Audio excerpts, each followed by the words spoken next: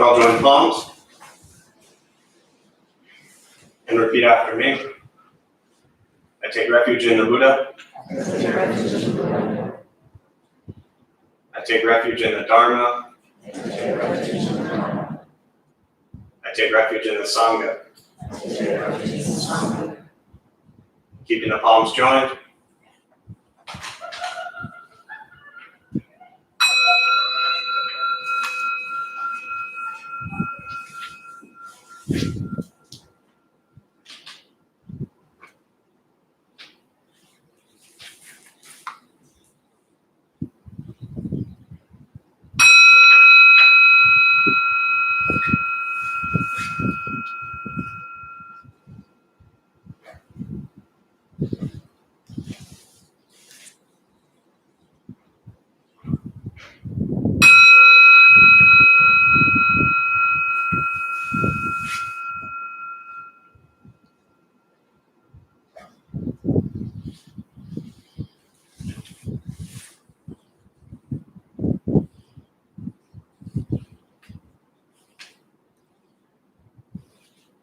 Palms down.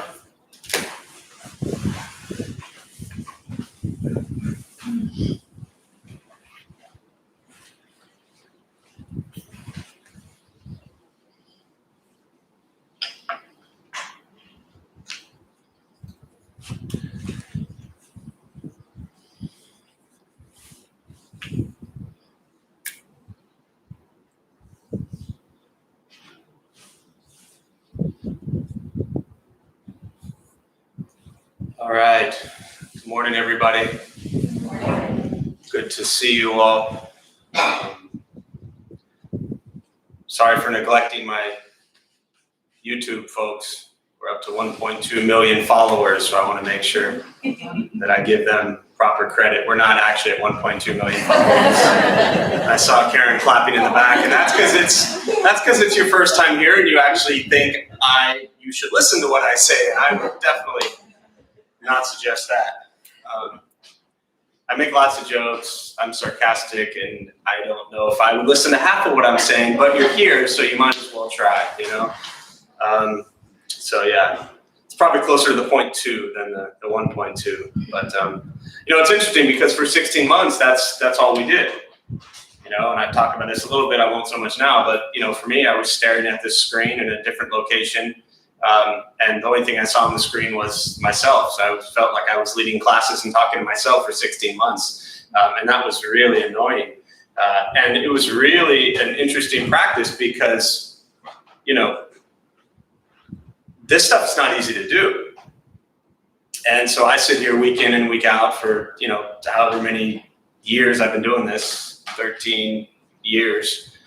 And, I get to look at all of you people and say all of this stuff, and I'm reminded that for me, that's the practice, is to share it, but then to also come from a very real, genuine place myself of how incredibly difficult and challenging this stuff is to do. So it's one thing when I get to look out at all of you and think, oh, well, they're struggling, they get to put this practice into their life, right? It's another thing when I'm looking in the computer and the only person I see is me. So for 16 months, I was basically giving myself Dharma talks and reminding myself what an ignorant, greedy, angry fool I actually am. And that part's true, Karen. So it was a fascinating experience. You know, at first, for a while, like I would talk to this little tripod-y thing in another location, and you know, I would like pretend Chuck was sitting over there or Ann was over wherever, and you know, and I would see all these people, and there's Alan, and I'd see these people, and in my mind, I actually visualized them as I was leading classes, and it made it easier a little bit. And then, you know, 3, 4, 5, 6 months in, like I was just back stuck talking to myself, and so I really used it as an opportunity to just remind myself really how deeply rooted one must be in this practice for it to have any benefit in your life. You know, if when we all start learning about Buddhism and meditation, it's kind of this thing we're checking out, you know? I mean, we built this place 14 years ago to introduce Buddhism to people who maybe knew nothing about it for the most part. So we fully understand that people come here exploring, wanting to check out, what is that Buddhist thing? What is that meditation thing? That's where it all starts. That's where it started for me. It's where it starts, for the most part, everybody else, right? So we recognize that that's the mindset that many of you come here with, but then the challenge is, okay, once you've checked it out and you realize that maybe this is some decent stuff, then you have to start doing it. And it no longer becomes this movie that you're just observing for an hour once a week. It becomes this thing. And that thing is really difficult. You know what that thing is? Normal, what's that thing? So who said it? I heard somebody say it. You. You. Yes, you. Not me. You. Yes, it's you. That's the thing. That's the thing that you're stuck with. That's the thing that brings you all the joy and happiness in the world, and that's the thing that brings you all the pain and depression and misery and sadness in the world. Just you.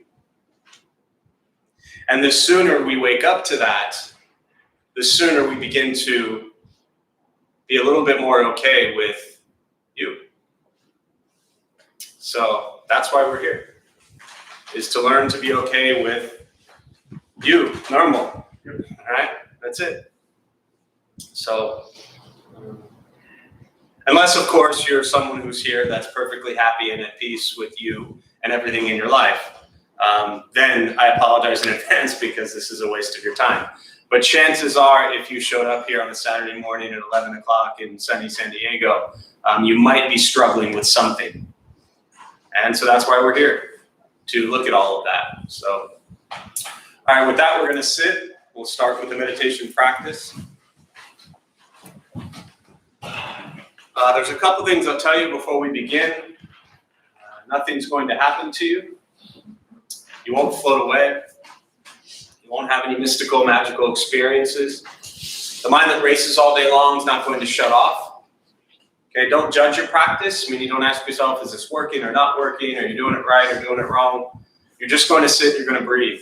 You'll hear sounds inside, sounds outside. This is life. Life is filled with chaos, and the practice of meditation is learning to get quiet and still within all of the chaos. So, posture, you just want to be comfortable. If you're on a cushion, however you're sitting, often it helps sliding to the front third of the cushion, pushing the stomach forward, allows the back to straighten. Shoulders are relaxed, hands can be on the knees or in the lap. If you're in a chair or the bench, also just trying to sit up straight, shoulders are relaxed, hands in the knees or lap. If you need to move, simply move. If you need to cough, simply cough. Your movement does not mean you're a bad meditator, it just means your leg hurts. I will guide us as we begin, and we'll settle into a little bit of silence. We'll be done in about 6 hours.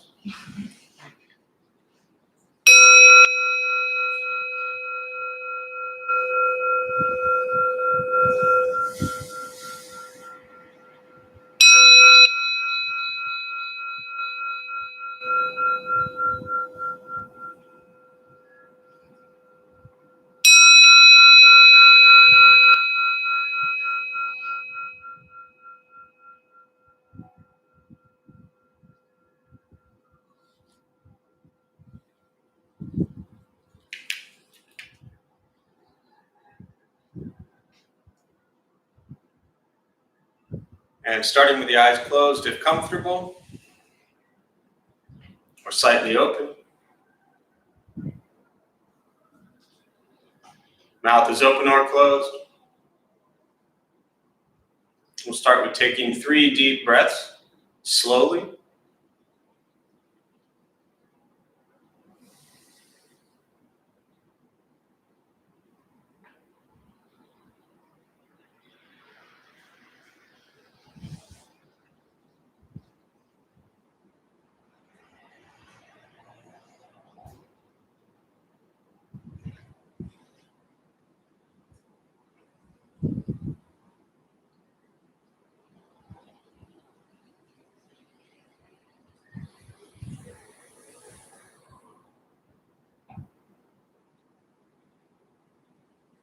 And eventually, settle into a natural rhythm of the breath.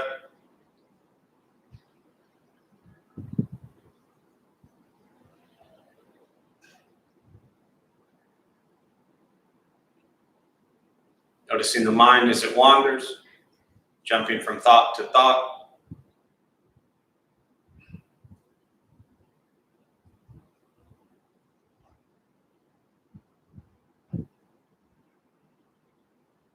Start with gently guiding your attention, focus to the stomach or chest.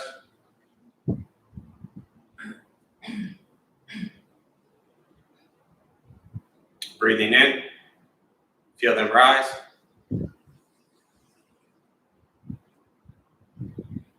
Breathing out, they fall.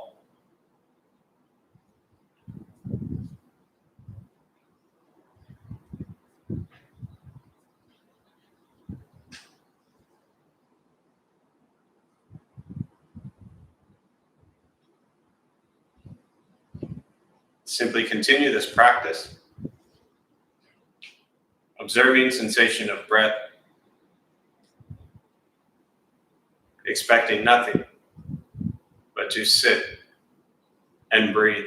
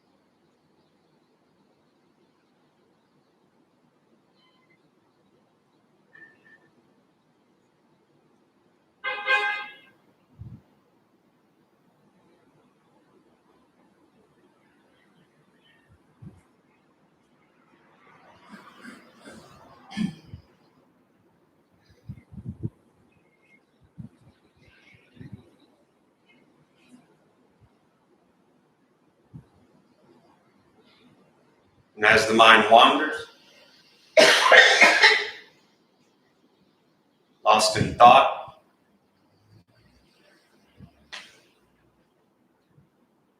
release that thought. Return attention, focus to the breath.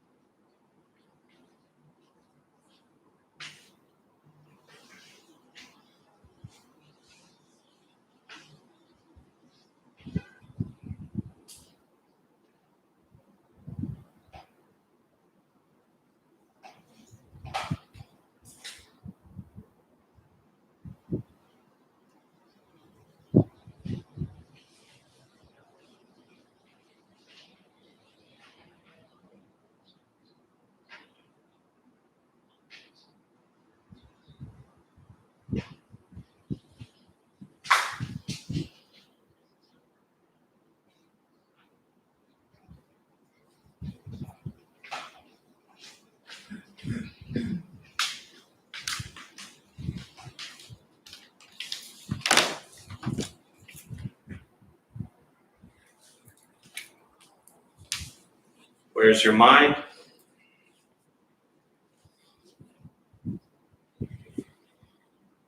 Lost in thought?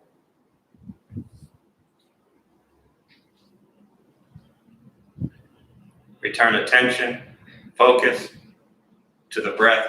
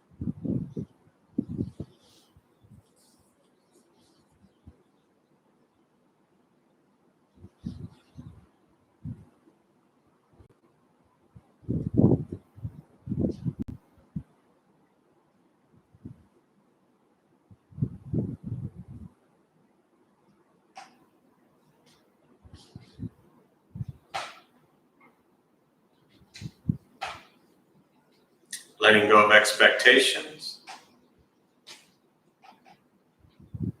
Letting go of judgments from the practice.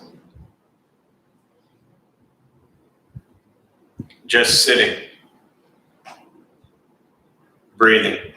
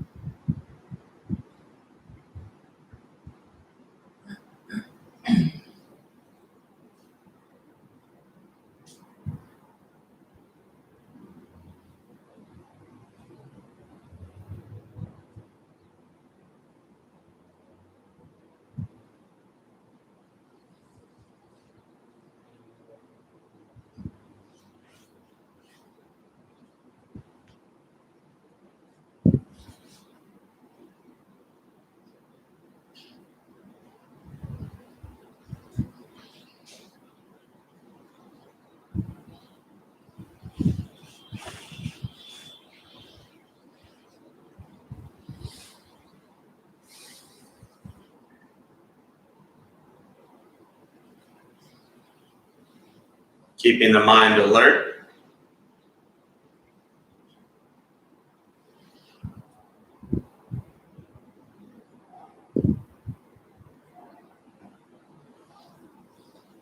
Aware of each sound.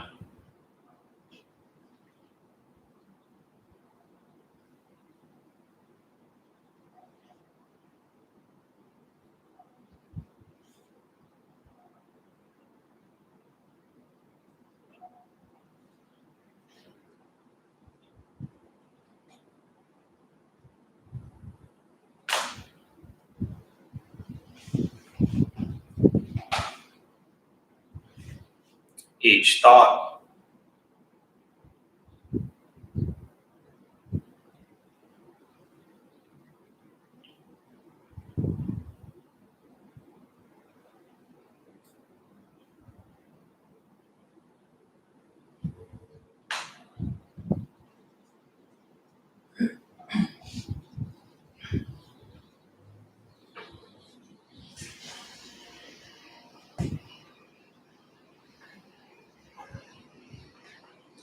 each physical sensation,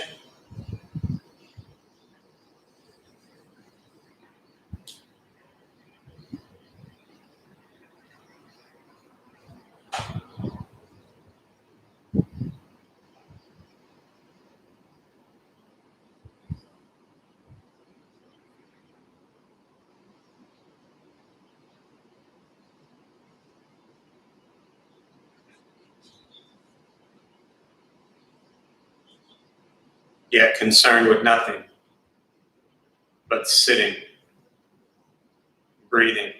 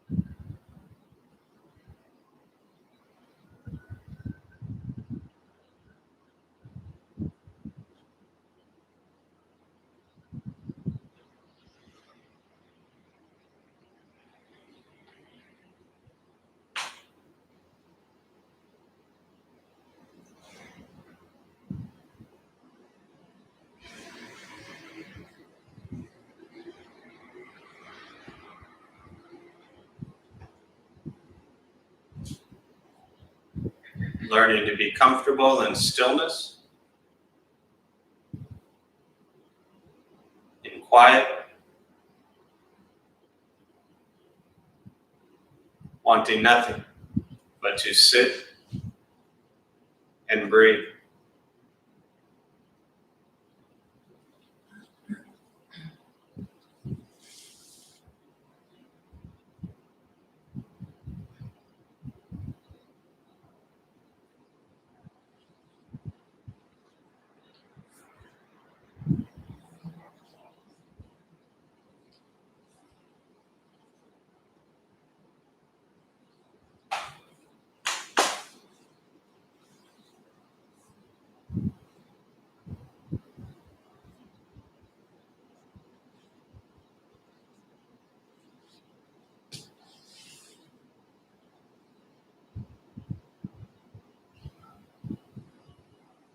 And with the body still, rested,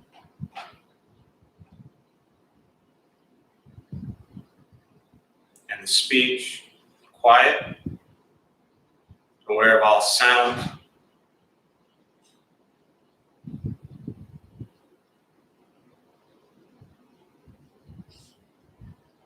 And the mind learning to settle.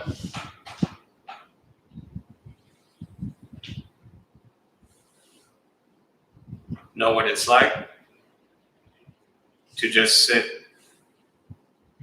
and breathe.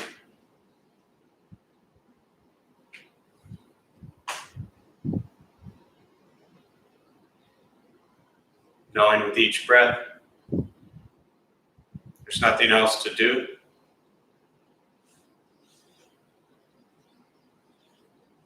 Nowhere else to go.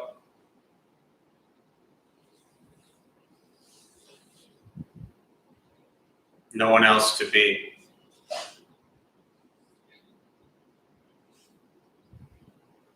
Everything beautiful, exactly as it is. Sitting, breathing.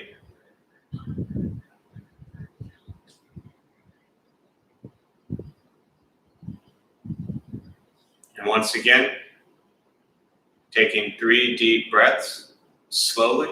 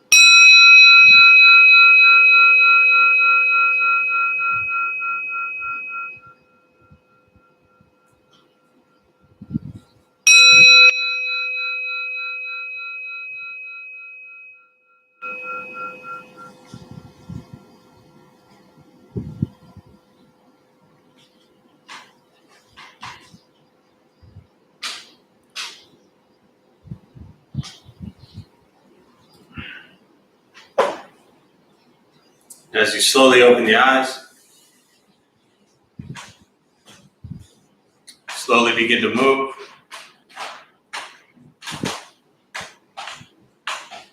And most important, with the practice of meditation, is to recognize how you feel now, immediately after.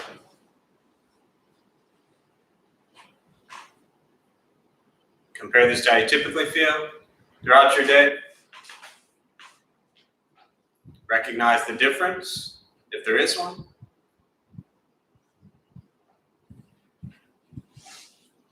Ask yourselves how you prefer to feel every day for the rest of your life. And realize however you feel now, if it's quiet, calm, still, or a busy mind, a racing mind, whatever you're sitting with at this moment, it's nothing to do with anything I said. It's nothing to do with how you sit, hold the hands across the legs. It's nothing to do with the sounds around us or anything else for that matter. It's everything to do with your own mind and your own mind's reaction to an external condition. This is what the Buddha called pratitya samutpata, means dependent origination. This is the basis of the Buddha's awakening. The word Buddha simply means awakened. He was a human being no different than any one of us who began to understand why he suffered, why he got angry, sad, depressed, stressed, anxious. He began to understand the causal relationship of all phenomena. What that means very simply for all of us, regardless of where you come from or what you believe in or where you think you're going, your whole life is filled with things that happen. you react. More stuff happens, more reactions.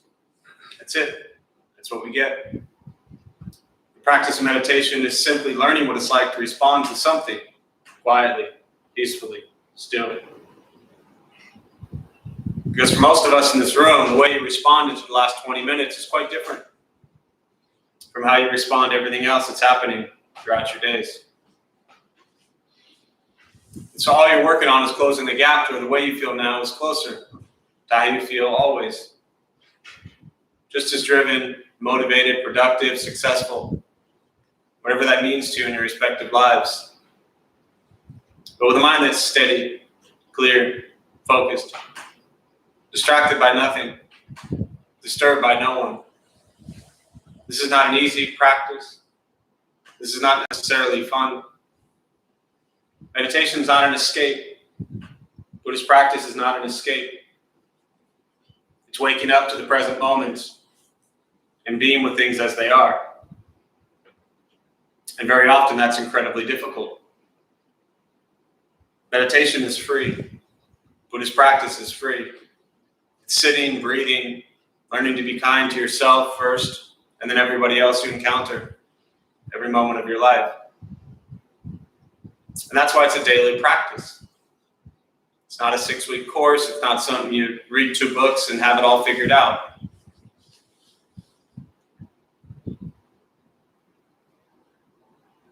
It takes a while to begin to explore, as I alluded to at the beginning of today, the nature of your own mind. It is a lifelong practice. It's not something to win. It's not something to achieve. Buddhist practice is not something to gain. It's simply waking up to you, your words, your thoughts, and your actions. Becoming fully aware of them as they occur. Buddhist practice is not about anyone else at the beginning. It's not about something that existed 2,500 years ago. It's not about something that happens in other countries or other parts of the world or out in forests. It's you and your life in line getting your coffee. It's you and your life dealing with family. It's you and your life dealing with friends, dealing with strangers, dealing with traffic, dealing with change. It's just you. That's what this practice is. It's moving beyond pointing the fingers and blaming others for everything that has gone wrong in your life.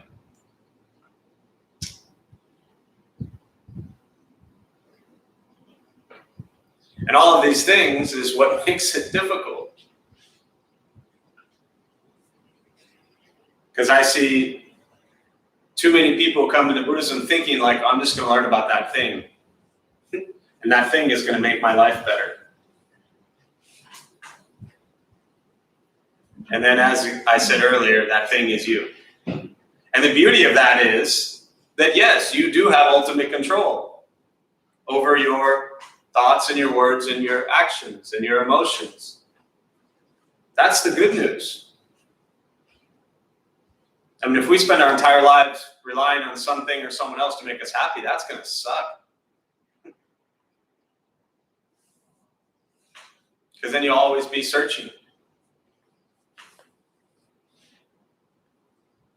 To me, the greatest,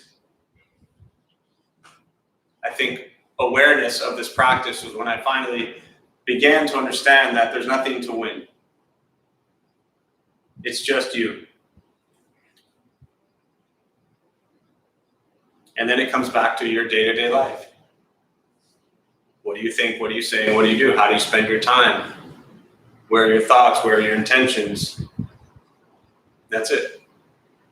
And if those thoughts and words and actions come from a place of generosity and morality and patience and diligence and concentration and wisdom, they're called the 6 paramitas.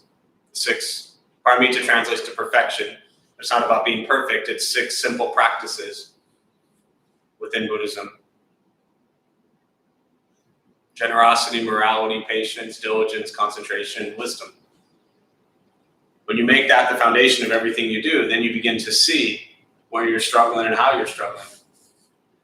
And as the Buddha taught very clearly, we suffer, we struggle, we have discomfort, angst, dissatisfaction because of our own levels of greed and anger and ignorance. So it is waking up to that.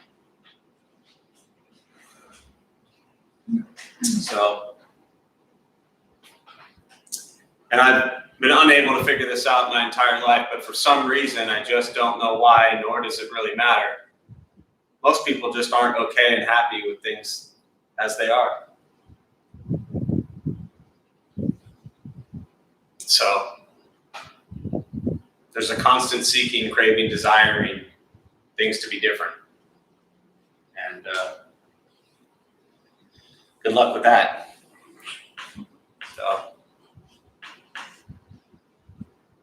So with that, I'll pause and like to just turn it over to you. I always prefer to just respond to questions, anything that's on your mind with regards to meditation or Buddhist practice. I can ramble, so I'd rather ramble on your questions. So we use the rest of the time this morning for that.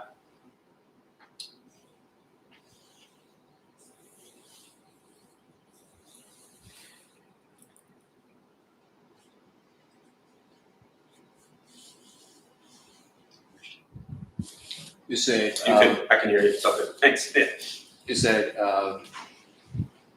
we should be happy the things they are the way they are, right? So how do you try for more? How do I try what? Try for more. Try for more. Yeah. Okay. So oh, go ahead. Right. Yeah. So the question, just to repeat, if I heard you correctly, is you said that I said you should be happy with the way things are, but how do you try for more, right? You need to have the desire. Right. So we can go back and watch the videotape, but I wouldn't say you should be happy. I will almost always say, for some reason, you're not happy. I don't like, and I get it's just semantics, but I just want to clarify this. I'm not suggesting that people should be happy. In fact, it's a great question. The Dalai Lama wrote a book called The Art of Happiness, right? And it was this huge, #1 bestseller. What do we grow up in this country wanting? We seek, we crave, we desire happiness. So the book, The Art of Happiness, those two words, you make it an art and you get to be happy. Like, how great is that, right? And then 350 pages later, you read it and you're like, wait, I'm not happy, right? So for me, my understanding of Buddhist teachings is the practice, and in the book, it's not about being happy. It's about learning to be okay and embracing life as it is. And that doesn't always mean happiness, right? I'll get to the second part because they do tie together. So there's this idea that the seeking and craving and desiring happiness is what the practice is about. And for me as a practitioner, I really look at the opposite of the first thing the Buddha said, what's called the Four Noble Truths. He said, life is filled with suffering, discomfort, angst, dissatisfaction. Your entire day is going to be filled with things that you don't like, right? There'll be things you like as well, but maybe there'll be extreme suffering, maybe it'll be simple suffering. Do you like mayonnaise on your sandwiches? Yeah. Terrible example. Who hates, you don't like mayonnaise. So you go to the deli, you order a sandwich, what do you tell them? No mayo. No mayo. You get the mayo, what happens? Ugh, right? You're not happy. So our entire life is filled with little things like this. We have extreme suffering, trauma, death, loss, like we have heavy, heavy suffering. And then we also have simple things, And unless Kara's allergic to mayonnaise, then she's probably going to be okay. She just doesn't like it. So our life is filled with this. Things that happen that we don't like. This is the first thing the Buddha said. The second thing he said is, what's the cause? Greed, anger, ignorance. And this is really the most important part to the question, which is understanding that if greed, anger, and ignorance causes suffering, then how do we overcome greed, anger, ignorance? And he said, you overcome greed with generosity, you overcome anger with compassion, you overcome ignorance with wisdom.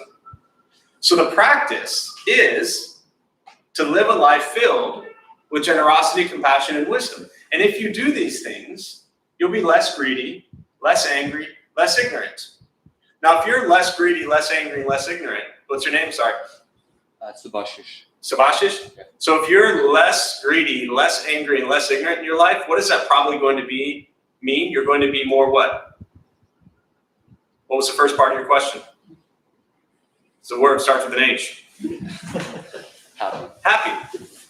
So we can wake up every day and like say, I'm striving for happiness. But over here, I got a whole bunch of years of greed, anger, and ignorance that made me miserable, and a lot of other people miserable, right? So if I ignore this and I say, well, I'm just going to go seek happiness, most likely I'm going to be craving and desiring things that bring some sort of temporary form of happiness, right? Could be food, could be a new shirt, could be a relationship, right? We seek and crave and desire these things that bring temporary happiness. You ever had anything that made you happy? Yeah, plenty of things. Plenty of things. You ever lost some of those things? I did. That's life. This is the Buddhist teachings on impermanence, is that we seek and we crave and desire happiness. And then when we lose it, we're crushed and devastated, right? So what he taught is that craving and desire is part of the problem. But he said there's healthy cravings and healthy desires. A healthy craving, a healthy desire would be to suffer less. And if we suffer less, we're going to be more happy. So we have to distinguish between what is actual happiness and what is just things that bring me some sort of temporary fix. And most people, maybe not anyone in this room, but most people spend all day long seeking, craving, and desiring something to bring them a sense of temporary happiness. And then when it's gone, we seek another form of temporary happiness. So really what we're often doing is jumping from thing to thing to thing, or person to person to person, or food to food to food, or thought to thought to thought. And we're just trying to cling on to these things that bring us some sort of temporary happiness. And the Buddhist teachings on impermanence tells us that every person, place, or thing that comes into our life is impermanent and will be gone at some point in time. And that might sound miserable, but it's actually very liberating because it allows you to just appreciate every person, place, and thing when it's in your life, because we don't know how long it will be in our lives. I'm not sure how much more of a wake-up call we need. We've just lost more than 4 million people in the last 16 months. When we opened, we were closed for 16 months. So when we opened July 10th, after 16 months, that was really the first thing I talked about. That since the last time I sat here with a room filled of people, 16 months ago, since then, 4 million people died because of the coronavirus. Nothing is permanent. And the greatest understanding of impermanence is us. That we too are here for a short period of time. So if you're going to be here for a period of time, do things that cause less greed, less anger, and less ignorance in your life and the life of others. Because if we're greedy, angry, and ignorant, and this goes back to my comment earlier about starting with compassion for yourself, if you are less greedy, less angry, and less ignorant, who else benefits from that? Everyone. And if we do things that bring joy to others,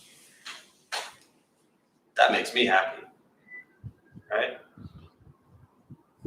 Now, their joy might be temporary, but your action is, and your intention is really the important piece here. Does that answer your question? Or at least give you more to think about? Yeah. Yeah. Thank you. I don't want to pretend to answer questions, but hopefully just my first master said, instead of looking for answers, just change your questions. So with each deeper level of exploration and understanding of certain questions, maybe we rephrase the question instead of looking for some concrete answer. Otherwise, we're just like looking for some answer and saying, "No, that's it," as if we've solved all the world's problems. You know. So, other thoughts, questions, meditation, Buddhist practice, anything you're sitting with? Yeah. Can you come in and bow 3 times? What is the significance of that?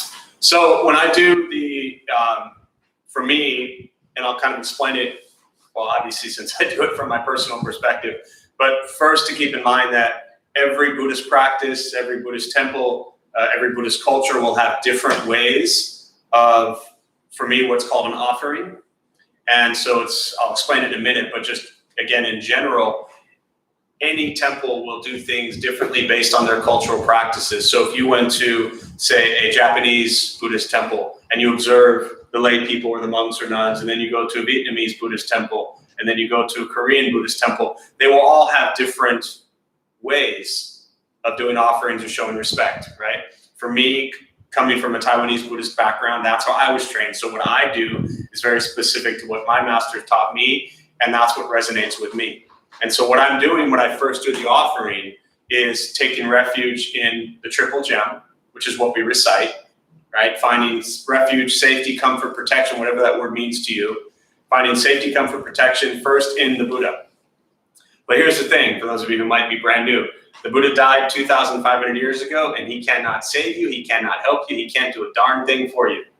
He is gone. So if you came here thinking like, well, that other stuff didn't work, but the Buddha's going to save me, you're in the wrong class, right? When you take refuge in the Buddha, what that means is you're taking refuge in what's called bodhicitta, Buddha nature, and that the Buddha himself was a human, no different than any of us, right? And that if he could figure out the cause of his suffering, then so can we. So we take refuge in the bodhicitta, Buddha nature, the idea that we too can suffer less. The second thing we take refuge in is the Dharma, safety, comfort, protections in the teachings, the practice. I wholeheartedly believe that if I am more generous, right, more moral, more patient, more diligent, concentrate more, and put greater effort, then I'll suffer less. So I find a lot of comfort, safety, protection in these teachings because they keep me from being a mean, angry. There's children here, so I'll use my words wisely, right? You know what? You can fill in the blanks. Cover your ears. You still do that? Kids still do that? Earmuffs thing, right? So, and the third one is the Sangha, and that is the community of practitioners. At the time of the Buddha, it was the monks, the nuns, the disciples, kind of a modern day Buddhist practice. We find safety, comfort, protection in the community of people that you practice with, right? Because you inspire and motivate me to practice. And that's very important. So that's my offering.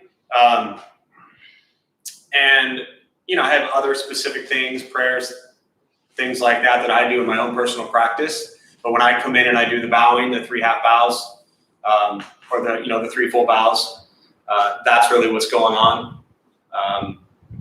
I have personal things where every time I open my hands, my first teacher, she always described that as the lotus flower opening, and the Buddha sits on the lotus and it represents our mind coming out of the mud. Anyone's mind often in the mud, right? That was quick, right? So the idea is that just like the lotus flower blossoms out of the mud, so can the mind. That the mind that is in the mud can often, with practice, become the beautiful mind. And so my teacher, she always did this, and it was something like, still to this day, I can literally see her hands opening when she did her prostrations. And the simple opening of her hands, sometimes I would kind of cheat and peek, and because this is I wanted to watch her open her hands. It was the most beautiful gesture I've ever seen in my life. So every single time I bow, I think of her, Venerable Isha. Yeah. And then I didn't used to turn to the Medicine Buddha, but since the pandemic, we've come back. Same thing, it's the Medicine Buddha for health and healing. So I do a personal bow to the Medicine Buddha. Yeah. So, yeah. To answer your question. Yeah. In the Eightfold Path, when the Buddha discusses right livelihood. Yeah. So I looked up the definition, and I guess just the basic definition, it looked like it just meant like what you do as like for work to earn an income. And I was wondering if you could elaborate on what Buddha, if that was what the Buddha meant, or. Sure. So the question around the Eightfold Path, the right livelihood, to sum it up briefly, the Four Noble Truths, as I mentioned partially earlier. First one is suffering. The second one is the cause. The third one is the ending of suffering. That's nirvana, liberation, freedom from suffering. And the fourth one is the path. And this is the Eightfold Path. And so the Buddha taught very clearly to practice correct views, thoughts, speech, action, livelihood, effort, mindfulness, concentration. I rambled that pretty quickly. It's all on Google. Four Noble Truths, Eightfold Path. You know, anything on the first 2 pages, you'll get a decent amount of information. All right, so the practice around right livelihood. He does have very specific teachings on that. A butcher would not be considered right livelihood, right?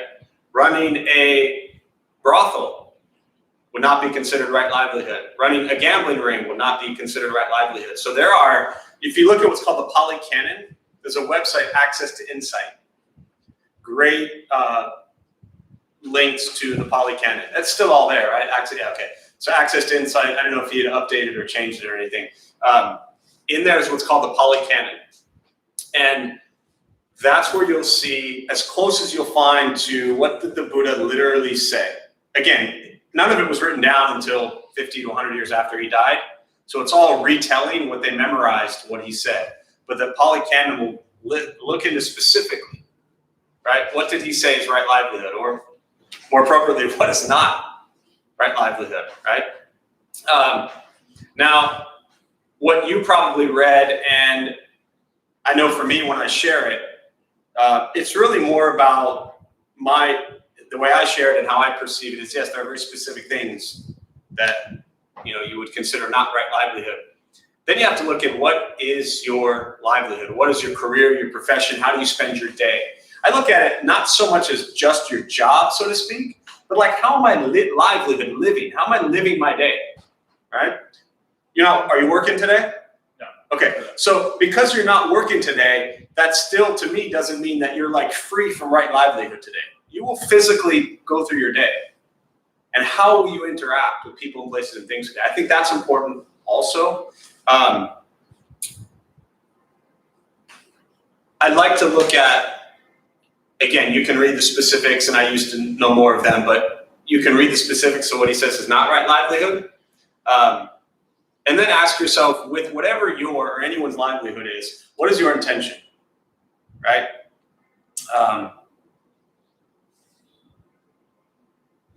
I'll close on this thought, right? Because it's what comes to mind. So I spent the last probably 12 years bringing Buddhist practice meditation into military environments. From wounded warriors dealing with PTSD and traumatic brain injuries to MCRD recruits, right? 18 years old, fresh out of middle America, and they are now in boot camp down at down there off of Rosecrans, right? And I would go once a month on a Sunday and lead an hour-and-a-half Buddhist class for, this happened to be all men, young men that were being trained to go to combat. And it's a question that comes up quite frequently. Well, their livelihood is to be a Marine, right? I have yet to this day, in 12 years of doing this, met anybody, and I learned this from Smitty, a dear friend of mine who was a retired Navy pilot. I've yet to meet one person in the military that has said to me, I joined the military because I want to kill people. You know what they tell me? For the most part, they join the military because they want what? Peace. They want to live in a peaceful world. So one maybe could say, and I'm just picking this as a random example, one maybe could say, well, if my livelihood is military, is that right livelihood? Look at what your intention is with everything you do. Right? Military life, monastic training, and prison. I spent a lot of years in these three environments. Actually, monastic training, no, but the other two.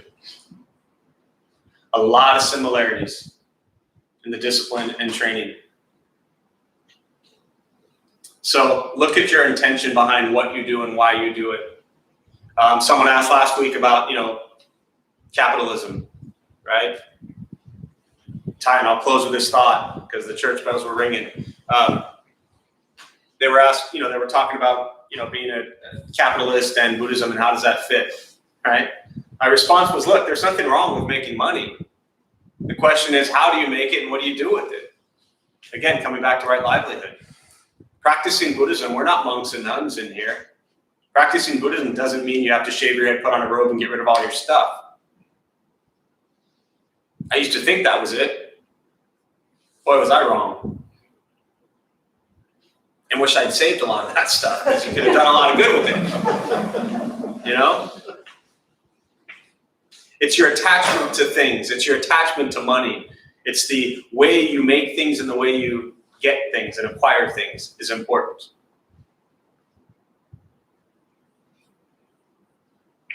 Millions of dollars could feed millions of hungry people. So, just some stuff to think about. Yeah. All right, so I'll close on that. We'll join palms. May the benefit of this practice be shared with all beings in all directions. May all be at peace and free from suffering. May any merit gained be transferred to the 4 million lives who have been lost during this pandemic, and to the family and friends who continue to suffer at this time. May they all be at peace. May we all be at peace and free from suffering.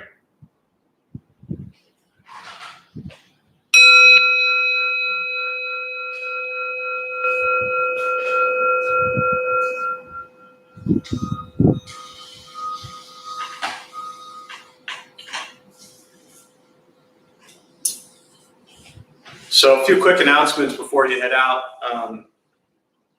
Thanks all for being here. My name is Jeff.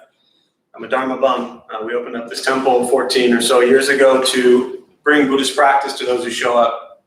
Those of us who lead, we're not monks, we're not nuns, we're not gurus, we're not masters, we're not teachers, we're not looking for students, we're just practitioners. We do our best to take our understanding of Buddhist teachings and put it into terms that hopefully make sense to those who show up. So thanks for showing up. Typically every night we have different classes going on from different Buddhist traditions. Things are a little bit different as I mentioned earlier, we were closed for 16 months and this is now basically week 3. We're just starting of opening. It's a very slow, soft opening, figuring it out. It took us 3 weeks to figure out how to actually get the amount of people in this room that we wanted. We realized that if we oversell a ton of tickets, we will eventually fill this room.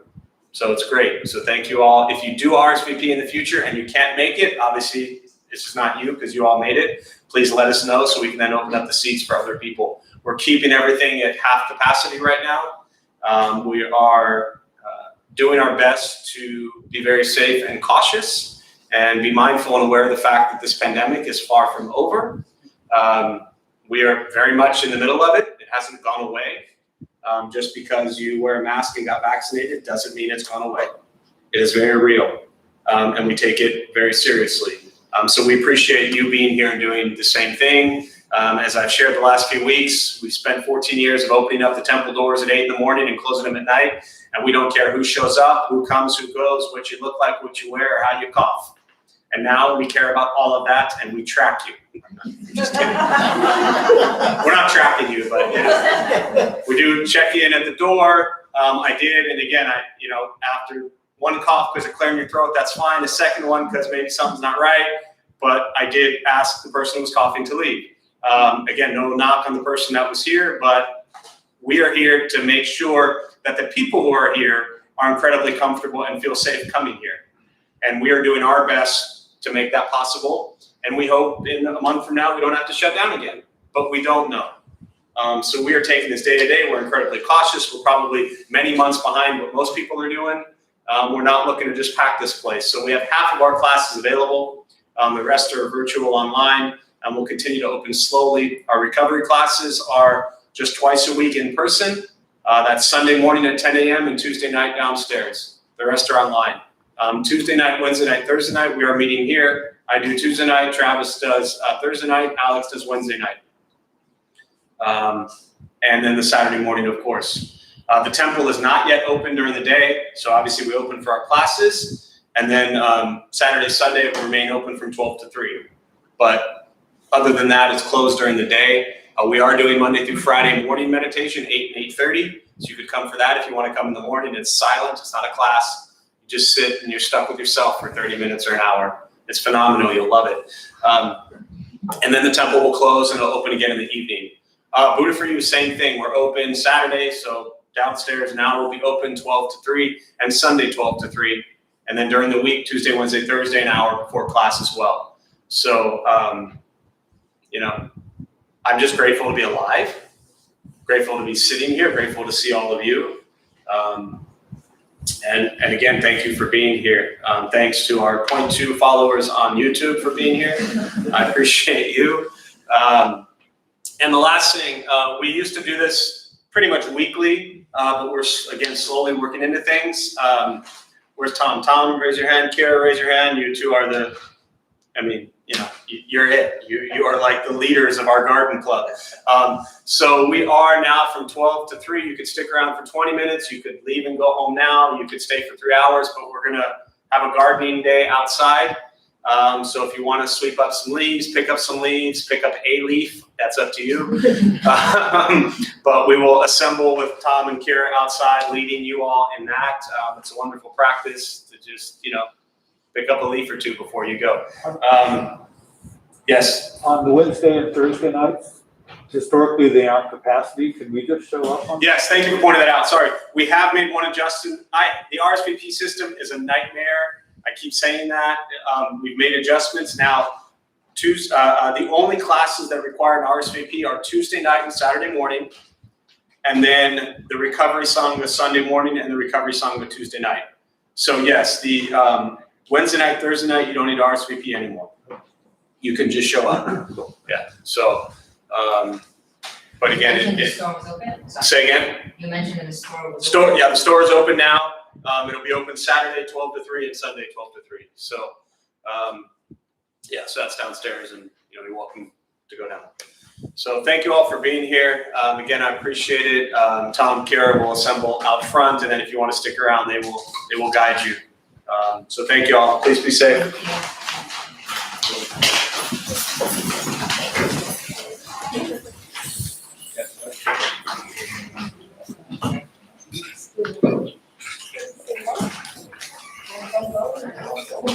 Hang on.